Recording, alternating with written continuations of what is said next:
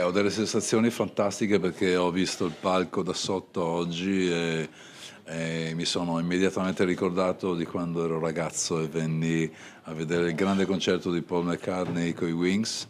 Sicuramente sarà un bellissimo concerto, sarà un concerto che coinvolgerà sicuramente tutte le persone che vengono a trovarmi. Piazza San Marco a Venezia sarà il palcoscenico prezioso domenica 7 luglio dell'ultima notte rosa del cantante e cantautore Umberto Tozzi.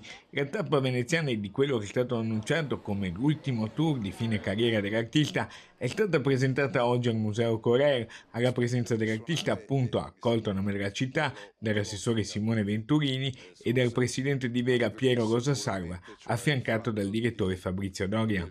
Tozzi è legato al Veneto. Quante donne che hanno conosciuto le tue canzoni, Berto? Ho un legame, diciamo, col Veneto perché mia moglie è padovana, quindi sono in qualche modo a conoscenza del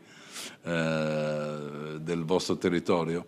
È bellissimo, poi Venezia non devo spiegarla io, è una città unica al mondo e quindi ho sicuramente un grande entusiasmo. È un concerto che racchiude tutti i titoli più importanti della mia carriera. Sarà un viaggio molto lungo e siamo partiti benissimo dalle Terme di Caracalla il 20 giugno, il 7 luglio saremo qui a Piazza San Marco e poi faremo altre tappe importanti anche in Italia. E allora non resta che... Il riconoscimento più importante è stato sicuramente avere passato l'oceano con gloria e essere stato numero uno per 2 mesi e mezzo nella hit americana. Ciao agli amici di Rete Veneta Antenna 3, da Umberto vi aspetto il 7 luglio al mio concerto qui in Piazza San Marco.